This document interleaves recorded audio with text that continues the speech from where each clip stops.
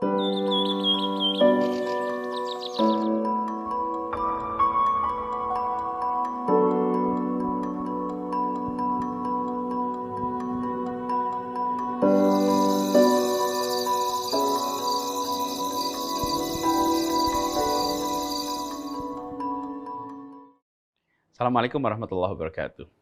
Kali ini saya akan bicara tentang TomTom Traffic Index yang di akhir bulan Februari tahun 2022 mengeluarkan laporan tentang tingkat kemacetan kota-kota di seluruh dunia.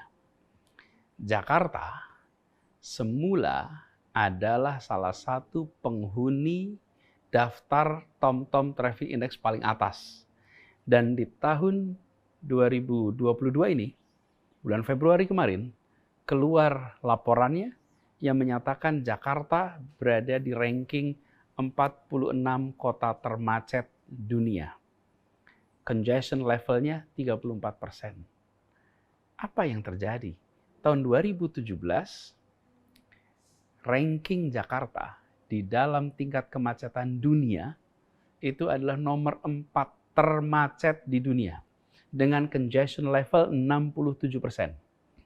Jadi kita di 2017 nomor 4 termacet, lalu 2018 turun menjadi nomor 7, 2019 turun menjadi nomor 10. Kita udah senang nomor 10, tapi kita masih 10 besar. Sudah turun tahun 2019 itu. Tahun 2020 kita turun lebih jauh lagi menjadi nomor 31 di dunia, dan tahun 2021 kita turun menjadi nomor 46. Bayangkan Jakarta tahun 2017 nomor 4, di tahun 2021 menjadi nomor 46 dalam ranking kemacetan kota-kota sedunia. Dan yang mengalami pandemi bukan hanya Jakarta, seluruh dunia mengalami pandemi. Seluruh dunia mengalami penurunan kegiatan mobilitas penduduk.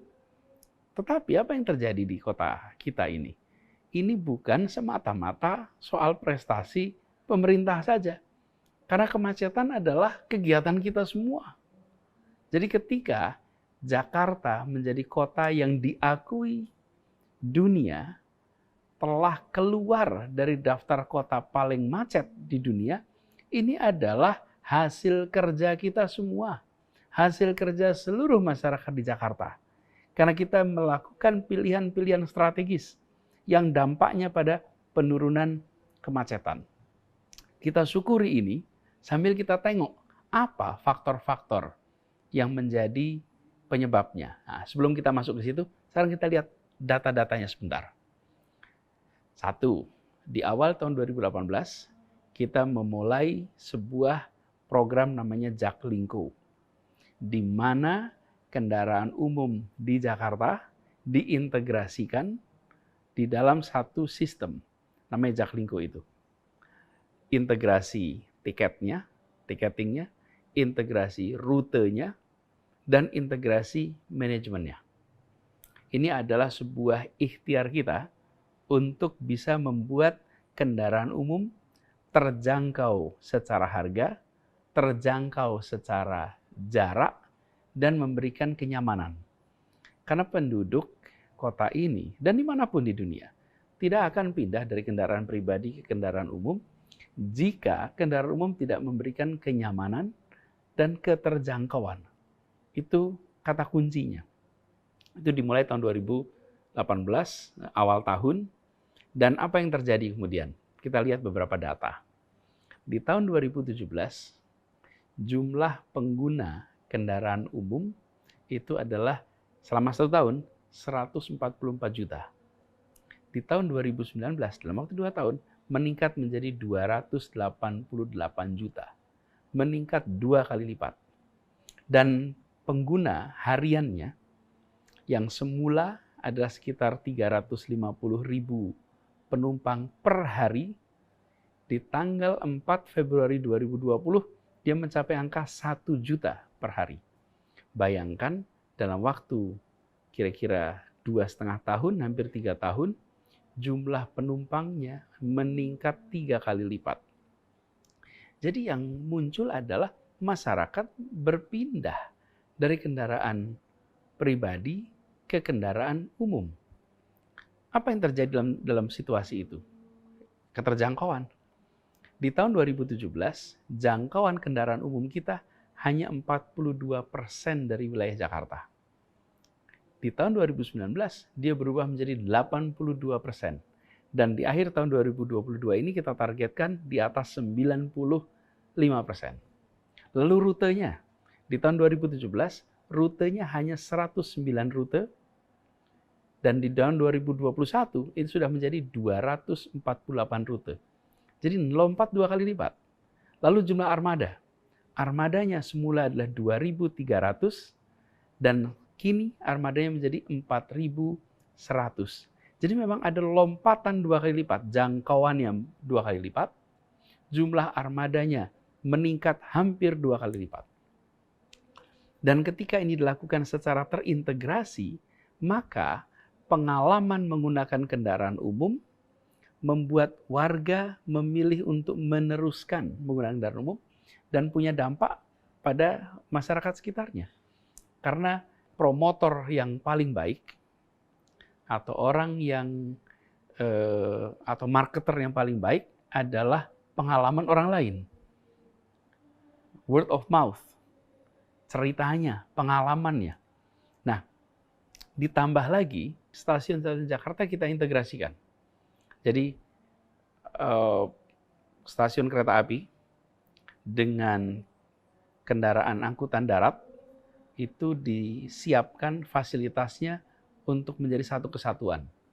Alhamdulillah sudah ada 8 stasiun KRL itu telah tuntas untuk direvitalisasi. Pasangan dari kendaraan umum adalah trotoar. Jika kita naik kendaraan pribadi, kita tidak perlu trotoar. Dari rumah, masuk ke garasi, tempat parkir motor, tempat parkir mobil, naik motornya, naik mobilnya, sampai ke tempat tujuan, turun, langsung ke tempat kerja. Langsung ke sekolah. Tapi kalau kita menggunakan kendaraan umum, maka dari rumah dia harus berjalan kaki sampai halte. Ketika sampai di halte tujuan, dia harus berjalan kaki ke tempat kerja atau ke tempat sekolah atau ke tempat tujuan lainnya. Jadi trotoar itu adalah pasangannya kendaraan umum. Selama ini pembangunan kita berorientasi pada kendaraan pribadi, di mana jalan dibangun hanya untuk roda.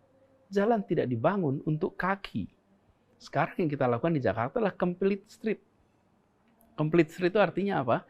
Jalan itu disiapkan untuk roda dan juga disiapkan jalan untuk pejalan kaki. Dengan cara seperti itu, maka orang yang menggunakan kendaraan umum bisa jalan nyaman di trotoar. Alhamdulillah telah terbangun 364 km trotoar. Jadi bukan hanya di kawasan Jalan Sudirman saja, mungkin yang paling banyak difoto adalah jalan itu. Tapi sesungguhnya ada 364 km trotoar yang terbangun dan disiapkan juga jalur sepeda yang khusus untuk sepeda. Itu sekarang yang sudah khusus untuk sepeda itu 12 km, lebih dari 50 km jalur sepeda yang bersamaan dengan kendaraan-kendaraan yang lain. Lalu ada 63 spot untuk bike sharing atau berbagi sepeda di kawasan transit yang ada di Jakarta.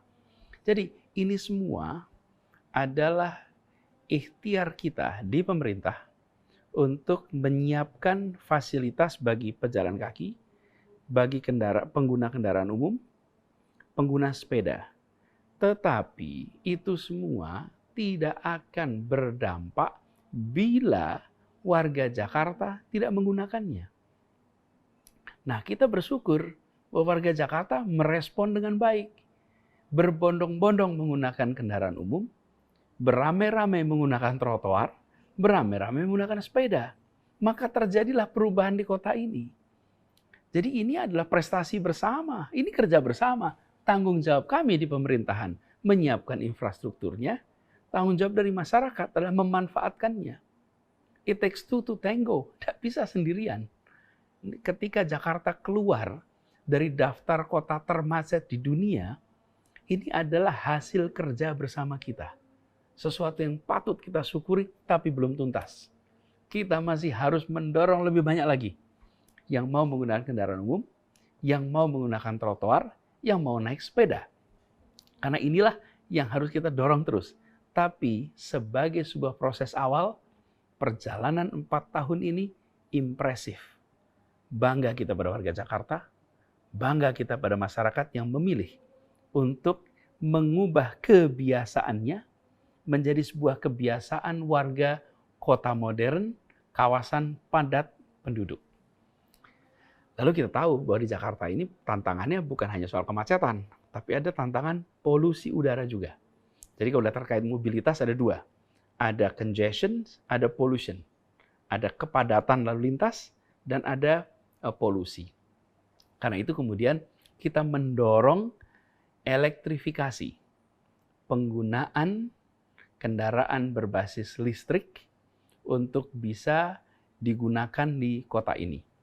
Insentif pajak disiapkan. Jadi di Jakarta itu biaya balik nama kendaraan bermotor untuk listrik itu Rp0, 0%. Ada pergubnya, Pergub nomor 3 tahun 2020, dan alhamdulillah pemerintah pusat pun memberikan kebijakan-kebijakan yang sejalan dengan itu. Lalu kita mulai dengan pilot project bis bertenaga listrik. Kenapa kita mulainya dengan bis? Kenapa tidak kendaraan pribadi? Karena begini, masalah kita tadi 2, kepadatan lalu lintas dan polusi. Bila kita mendorongnya hanya pada kendaraan listrik pribadi, misalnya untuk kendaraan dinas, misalnya untuk kendaraan bagi kami-kami yang di pemerintahan, maka dia mengurangi polusi udara, tapi tidak mengurangi kemacetan. Karena kita masih tetap menggunakan kendaraan pribadi. Karena itu kita melompat ke bis listrik. Karena dengan bis listrik itu, dia membuat kita menggunakan kendaraan umum, dan kendaraan umumnya berbasis listrik. Jadi 2 masalah itu bisa ikut terselesaikan. Itu sebabnya kita justru mendorongnya pada bis listrik. Dan inilah yang kemudian kita lakukan. Alhamdulillah, kita sudah memiliki sekarang ini ada 30 bis listrik yang beroperasi sebagai pilot project. Dan nanti di akhir tahun ini akan sampai 100 bis listrik yang beroperasi di Jakarta. Dan harapannya nanti di tahun 2030 semua bis di Jakarta berbasis listrik. Jadi kita ingin kendaraan umum berbasis listrik ini menjadi pengalaman baru bagi masyarakat di Jakarta. Bila Anda naik bis dan bisnya berbasis listrik, maka Anda tahu bahwa kendaraan ini tidak menyumbang polusi udara. Kendaraan ini memberikan pengalaman yang baru. Dan kita mendorong nantinya lebih banyak lagi kendaraan-kendaraan berbasis listrik untuk kendaraan umum kita. Yang dikerjakan di Jakarta, ini sejalan dengan laporan IPCC 2022 yang baru keluar akhir Februari kemarin, di mana kita harus mempercepat proses transisi menuju net zero emission. Dan alhamdulillah, Jakarta telah memasukkan rencana elektrifikasi bis dan armada Transjakarta dalam peraturan gubernur nomor 90 tahun 2021 tentang rencana pembangunan rendah karbon di daerah yang berketahanan iklim. Jadi alhamdulillah kita malah justru lebih awal. Sebelum IPCC report itu keluar, Jakarta telah lebih dulu menunjukkan komitmen percepatan transisinya. Dan kita semua berharap dengan adanya armada bis listrik, maka masyarakat memiliki kesadaran lebih tinggi tentang perlunya pilihan-pilihan strategis ramah lingkungan dalam keseharian. Jadi, alhamdulillah di dalam ranking dunia kita sudah turun dari tempat yang dianggap paling macet. Sekarang kita sudah keluar daftar itu. Dan sekarang kita juga dalam proses untuk membuat udara kita lebih bersih dengan cara menggunakan kendaraan umum berbasis listrik. Ini harus kita kerjakan sama-sama dan kita tuntaskan. Seperti kita berhasil menunjukkan kepada diri kita sendiri dan kepada dunia bahwa kita bisa berubah dengan mengurangi kemacetan di Jakarta, insya Allah kita juga bisa mengirimkan pesan pada diri kita sendiri dan pada dunia bahwa kita bisa berubah di dalam penanganan polusi udara. Ini awalan yang baik, kita mari teruskan sama-sama, jaga stamina karena masih panjang perjalanan kita. Semoga kesadaran tentang lingkungan hidup menjadi kesadaran yang makin luas, makin kita lakukan dalam keseharian kita, dan insya Allah Jakarta menjadi kota yang lebih ramah lingkungan, kota yang lebih sehat bagi semuanya. Terima kasih. Assalamualaikum warahmatullahi wabarakatuh.